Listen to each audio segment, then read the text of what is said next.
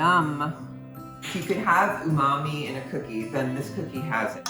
Because they just, oh, they're so deeply flavored. Hi, I'm Susan Spungen, and today I'm gonna make one of my all-time favorite cookies that I'm semi-famous for, and they're called Triple Ginger Chocolate Chunk Cookies. They're the perfect cookie for this time of year. As a kid, my absolute favorite cookie was a ginger crinkle. It was made with actually vegetable shortening. These are made with butter, and I thought adding chocolate to that cookie would be amazing, and it was. First thing that's important for this is to measure your flour correctly. Now, it's 2 cups plus 2 tablespoons. I fiddled endlessly with the amount of flour, which is really important to a cookie. 2 cups plus 2 tablespoons. And then we're just mixing all our dry ingredients, which are gonna be ginger, of course, 1½ teaspoons. Now, you know, spices, that's like a flavor thing. So put a little bit more or less of something if you really like it, that's totally fine. So 1/4 teaspoon of cloves. Cloves are really, really strong. So they're good, but if you put too much, it will really overpower the flavor. You wanna put a little cardamom in, you could. Teaspoon of cinnamon. You'll notice I level the spoon with my finger as it's coming out. Easy way to do it. I'm skipping the salt because I only have salted butter today. So I'm gonna just leave the salt out and see how it is. 1 tablespoon of cocoa. I love this cocoa. You want a dark Dutch processed cocoa, especially when you only have one tablespoon. And that just adds a little bit more depth of flavor. It's a triple ginger cookie. So here's the second ginger. We already put in the dry. And now we're putting in the fresh. And then finally, we're gonna add also crystallized ginger. So you just want to, I like to put it on a small plate like this so I can catch all of the juice and all of the flavor that's in this ginger. Now, I usually just estimate a tablespoon, and I'm usually right. Let's see. We're gonna set this aside anyway. I actually jumped around, and this is what I do all the time. That's about a tablespoon, but I'm gonna set that aside because I actually didn't finish doing the dry ingredients. The baking soda is the leavener in this recipe. We want 2 teaspoons. And it has the molasses acts as an acid to act with the baking soda. You don't need baking powder in this recipe. Just with a whisk or a fork, whatever you have, doesn't matter, just mix it up. So we want 1½ sticks of butter. And like I said, I only had salted butter. I have a lot of salted butter, and I kept thinking, well, what am I gonna do with all this salted butter? And then I thought, well, let's just use the salted butter in the cookies. I like salty cookies anyway, not super salty, but so I left out the 1/2 teaspoon of salt that you would normally use there. So we're gonna use the paddle, which is in the mixer. I didn't see it. There we go. Cream that. I'm gonna put my 2/3 of a cup of brown sugar. Can be light or dark, whichever one you like or have or prefer.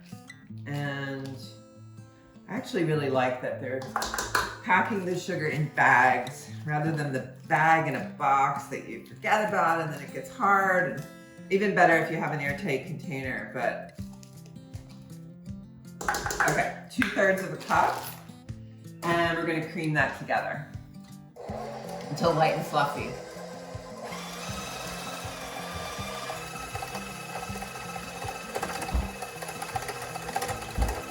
So this is not a lot of stuff for such a big bowl, so you definitely have to scrape once or twice. You can see that you've got dark and light parts. I can't emphasize enough how important it is to scrape when you're using a mixer. We're gonna add 2 yolks. Just gonna make sure I don't make a mistake in my own recipe. And probably save these egg whites for breakfast or whatever. 2 yolks and the ginger I'm gonna put in.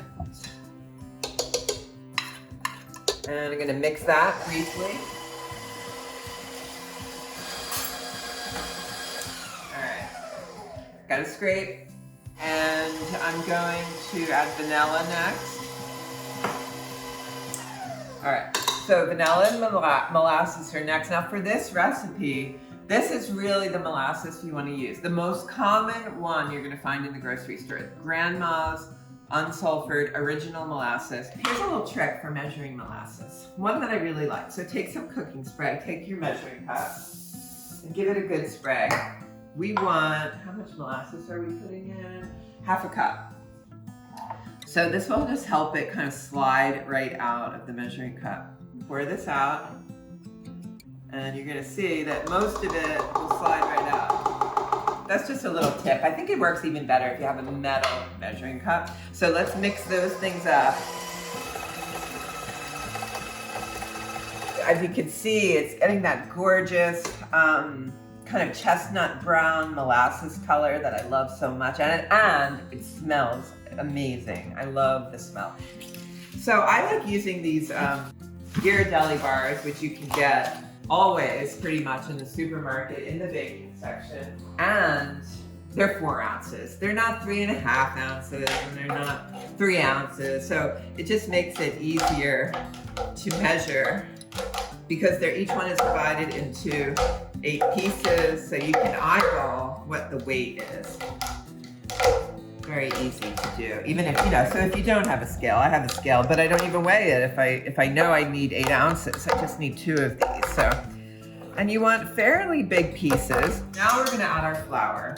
Like I said, I like to jump around, so I'm gonna add my flour, but be careful to get it all in the bowl, not on the counter. So now we're gonna start our mixer on a really low speed whenever you add dry ingredients, super low speed so that it doesn't fly out of the bowl. And once it starts to kind of congeal, you could up the speed a little bit, but we don't really wanna overmix this. So this is, a bench scraper comes in handy for so many things you'll see later. I'm gonna use it when I separate the cookies, but whenever you have to move chocolate around, it's just, your hands are warm, so if you just picked it up with your hands, it's gonna just melt all over your hands. Crystallized ginger. You want about 1/3 of a cup altogether, but again, not super important, the exact measurement of this, and you might want to leave it out altogether. I think it's like one of the wonderful features of this cookie. Look at that, 1/3 of a cup. Okay, we're gonna throw this in there. And while the bowl is down, I'm gonna give it one last scrape. Give that flour on the side. All we're trying to do now is just mix this stuff in evenly. This part would be a little hard to do if you don't have a machine, so I would actually suggest using a heavy spoon and a bowl if you were doing this by hand, because all you're doing is mixing them in. And that is it. You want to make sure that it's well mixed, and just give it one more mix in the bowl just to make sure that it's really everything's well distributed. Sometimes the bottom of these mixer bowls can hold a little bit of butter. Get most of it out in one swoop, and then scrape whatever's left. Okay, so you want to chill this for at least 2 hours until it's firm. I usually do it overnight. Nice package like this, and I'm gonna go ahead and put this in the fridge, and then I have one in there, wouldn't you know it, that I made before. So here's the one that I made before. I actually used half of it already to make some cookies, but here we go with the other half. It's nice and chilled. You can see it's much firmer than it was before. Now I like to bake these one sheet at a time if I can. And just the oven, it's just a little more reliable. Bake 2 sheets at a time. I know it's a lot more convenient, and it'll work. It just might take a little bit longer than the 10 to 12 minutes that the recipe states. So you always have to go with your own oven. So I like to weigh the dough on this one. 1.5 ounces is gonna be good for each cookie. So you wanna break off some dough. And as you go, you're gonna see like, oh, well, there's a big chunk of chocolate. Make sure you kind of get that in and even on top. 1.5 ounces, exactly. So you wanna roll it with your hands. So fairly round, it doesn't have to be perfect. It's good if there's some places where the chocolate is kind of poking out. And we're rolling it just in granulated sugar. I'm gonna do 6 on a sheet so they have plenty of room. Believe it or not, we're gonna roll these in sugar one more time after these are gonna go in the freezer for 10 minutes. And then we are going to roll them in sugar one more time. So I'm gonna put this sheet pan in my freezer, and then I just happen to have some that I put in the freezer a few minutes ago. I'm gonna give them another quick roll in the sugar, and you see how much whiter they are after that second roll. You can skip this if you don't want the extra sugar, but you might as well go all in at this point for the sugar, right? It's the holidays. Live a little. So these take like 10 to 12 minutes. We're gonna put them in the oven. I'm gonna set my timer for 10 and keep an eye on them. So about halfway through, we're gonna turn around the sheet pan. Let's take a look at how these are doing in the oven. As you can see, they're just sort of melting down from their lumpen state to a flatter state.